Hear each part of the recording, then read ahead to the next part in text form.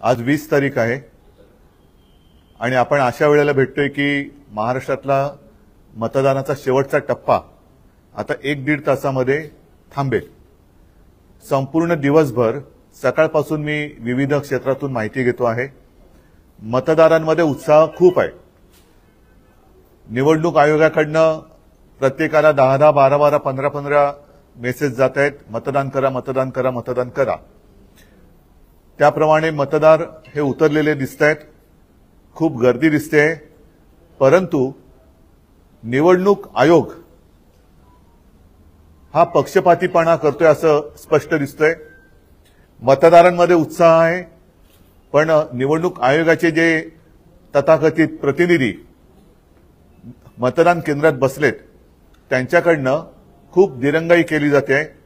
विशिष्ट वस्त्या तिथे नावं 2दा 3दा 4दा तपासली जात आहेत। एकतर मतदार जे ज्येष्ठ मतदार आहेत त्यांना खूप त्रास झालेला आहे आजच्या या उन्हाळ्याच्या दिवसामध्ये, आणि इतरही मतदारांना, मग त्याच्यामध्ये महिला सुद्धा आहेत। कुठे कसलीही सोय ठेवलेली नाही, पिण्याचं पाणी नाही, काही नाही। तरी देखील मतदार रांगा लावून उभे आहेत आणि हे रांगा लावून उभे असलेले मतदार जेव्हा आतमध्ये जातात तेव्हा त्यांना खूप वेळ लागतोय। आणि मला असं वाटतं मोदी सरकार त्यांच्या पराभवाच्या भीतीने निवडणूक आयोगाचा वापर, मी मुद्दामून सांगतो की घरगड्यासारखा करतोय, पक्षपातीपणा करतो आहे। दप्तर दिरंगाई ज्याला म्हणतात तशी दिरंगाई ही मतं नोंदवताना केली जाते। याच्याबद्दल मी तमाम नागरिकांना आवाहन करतोय की आता थोडा वेळ जरी राहिला असला तरी तुमच्या मतदानाच्या अधिकारापासून वंचित राहू नका। आपण मतदान केंद्रामध्ये जाऊन उभे राहा आणि जे निवडणूक आयोगाचे प्रतिनिधी आहेत त्यांना आज किती वाजले, अगदी पहाटे 5-6 जरी वाजले तरी सोडू नका। तुमचं मतदानाचा हक्क बजावल्याशिवाय बाहेर पडू नका। आणि आपल्या माध्यमातून मी पोलिंग एजंटना पण सांगतोय, निवडणुकीला जे मतदार जात आहेत मतदानासाठी त्यांनाही सांगतोय की अशी कुठल्याही मतदान क्षेत्रामध्ये जी केंद्र आहेत जिथे तुम्हाला मुद्दामून उशीर केला जातोय त्याची नोंद ताबडतोब तिथल्या शिवसेना शाखेत करा, की जेणेकरून, आणि जसं आपण मतदानाला गेल्यानंतर आपला एक तो आयडी बघितला जातो, तसं मी तर म्हणेन त्या निवडणूक प्रतिनिधींची नावं सुद्धा तुम्ही विचारा, की जेणेकरून उद्या आपल्याला त्यांच्याबद्दल न्यायालयात दाद मागता येईल। आणि उद्या ही माझ्याकडे सगळी नावं आलीच सगळी, तर मी तर म्हणेन की प्रेस घेऊन त्यांची नावानिशी, स्थळानिशी मी माहितीच जाहीर करून टाकेन। तर पुन्हा एकदा नागरिकांना सांगतोय की कृपा करून हा जो सगळा डाव आहे मोदी सरकारचा, की जेणेकरून तुम्ही मतदानाला उतरू नये, त्यांच्या विरोधातलं मतदान कमी कसं होईल ते बघतायत, आणि त्या डावाला बळी न पडता तुम्ही जाऊन मतदान केंद्रामध्ये उभे राहा। कोणत्याही परिस्थितीत जी लोक तिथे उभी असतील त्यांना मतदान पूर्ण केल्याशिवाय मतदान बंद होऊ शकत नाही। अगदी पहाटेचे 5 वाजले, मी तर म्हणतो मुद्दामून वाजवाच। ज्यांना जे तिकडे निवडणूक अधिकारी किंवा प्रतिनिधी तिथे तुम्हाला विलंब लावतायत, कारण नसताना तुम्हाला छळतायत, तुमची आयडी, तुमची नावं, तुमचं सगळं ओळखपत्र ह्याच्यावरनं जो काही वेळ काढतायत, ते तुमचं मतदान केल्याशिवाय त्यांना मतदान केंद्राच्या बाहेर पडू देऊ नका। आहे जिथे जिथे अगदी स्पष्ट बोलायचं झालं तर जिथे आम्हाला मतदान अधिक होतं त्या भागामध्ये हे आम्हाला तक्रारी मिळतात। अनेक वस्त्या आहेत, त्या वस्त्यांची नावं आली आज माझ्याकडे, तर मी उद्या प्रेसमध्ये जाहीर करीन। आणि म्हणून सांगतोय की तिथे मतदान केंद्रात जे निवडणूक प्रतिनिधी आहेत त्यांची सुद्धा नावं विचारा, कारण तो आपला अधिकार आहे। जेव्हा ते आपले इलेक्शन आयडी विचारतात तेव्हा त्यांची सुद्धा आयडी तुम्ही विचारली पाहिजेत आणि त्यांची नावं नोंदवा। निवडणूक केंद्र सांगा, की जेणेकरून उद्या कोर्टात जाता येईल, तक्रार करता येईल, आणि उद्या मी तर ही यादी जाहीरच करेन।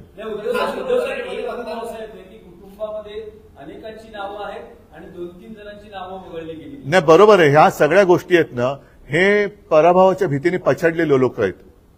मोदी सरकार जे आहे ते पराभवाच्या भीतीने पछाडलेलं आहे। लोकांना करू द्या ना मतदान। तुम्ही आज मला स्वतःला दिवसाला 10 हे आलेत, मतदान करा, मतदान म्हणजे आणखीन काय त्यांना बोट दाखवत बसू द्या ना। म्हणजे एवढं करून सुद्धा लोक उत्साहाने उतरलेत, रांगाच्या रांगा लावलेल्या आहेत, पण ते निरुत्साही, म्हणजे त्रास होतोय, ऊन आहे। आता तो ऊन उतरलं म्हणून मी यावेळेला ही प्रेस कॉन्फरन्स घेतोय। ऊन उतरलेलं आहे, सकाळी जे कंटाळून गेलेले असतील त्यांनी परत जाऊन मतदान केंद्रामध्ये उभं राहावं।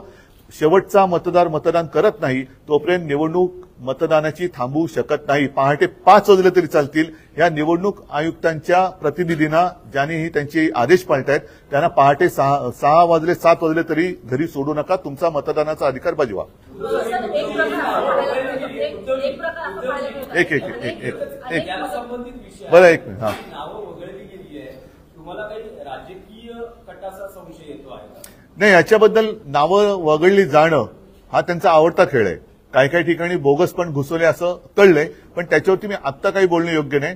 तूर्त जो विलंब लावला जातोय, आतमध्ये गेल्यानंतर तुमचं नाव काय, तुमच्या भावाचं नाव काय, अरे दिले ना निवडणूक आयडी, ते दिलेलं आहे, मग फोन आत नेऊ नका. मग तुम्ही मतदान करा जेव्हा सांगता तेव्हा तुम्ही सांगायला पाहिजे ना की काय काय घेऊन यायला पाहिजे, मोबाईल आणू नका, अमुक करू नका. फक्त बसल्या जागी तुम्ही बाजीरावपणा कशाला करताय? साहेब, प्रत्येक केंद्रामध्ये की फोन आणू नये हे काल कलेक्टरांनी सांगितलं होतं. स्पेसिफिक तसं प्रेस रिलीज आला होता. बरं, ठीक आहे. फोन आणू नये जरी सांगितलं असेल तरी आत गेल्यावरती जो विलंब लागतोय तो विलंब हा त्याला क्षमा नाही करता येणार. आणि मला तर आता स्पष्ट असं दिसतंय की हा निवडणूक आयोगाच्या माध्यमातून खेळला जात असलेला अत्यंत नीच घाणेरडा खेळ आहे. निवडणूक आयोग ही भाजपची चाकरी करते की काय असं म्हणायला याच्यात जरूर व्हावे.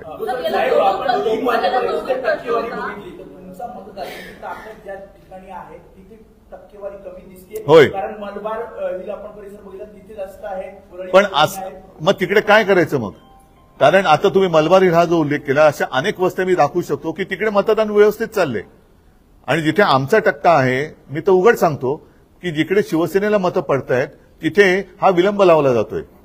त्याच्यामुळे मी परत सांगतो की अशी मतदान केंद्र आणि त्याच्यामध्ये असलेल्या निवडणूक आयुक्तांचे अधिकाऱ्यांचे जे प्रतिनिधी बसलेत त्यांची नावं आणा. उद्या ती बूथ आणि त्यांची नावं मी प्रेसमध्ये जाहीर करेन. आणि त्याचबरोबरीने त्यांच्याबद्दल जिथे तक्रार करायची अगदी कोर्टात सुद्धा आपण जाऊ. बांदेकरांनी सुद्धा पोवईच्या इथल्या काही ईव्हीएमच्या संदर्भात मुद्दे उपस्थित केले. वर्सोवात देखील काही घटना घडल्या आणि त्यानंतर तुमच्या गाठीभेटी सुरू झाल्या. म्हणजे शाखांमध्ये आज लोअरला गेला, काही वेगवेगळ्या भागांमध्ये. महायुतीच्या नेत्यांचं आता स्पष्ट मत आहे की उद्योगींनाच जमीन पायखालचे सरकतायत. ते सोडा, ते जाऊ रे. तो फालतूपणा आता बस झाला त्यांचा. ते घरी जायची वेळ झाली. आजच्या मतदानावर बोलू.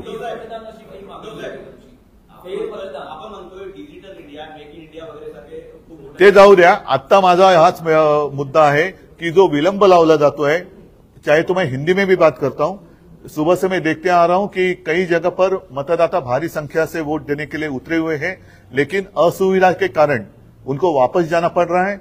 साथ ही साथ उनको अंदर देर लगाई जा रही है. क्यों? ताकि वो वोट ना करे.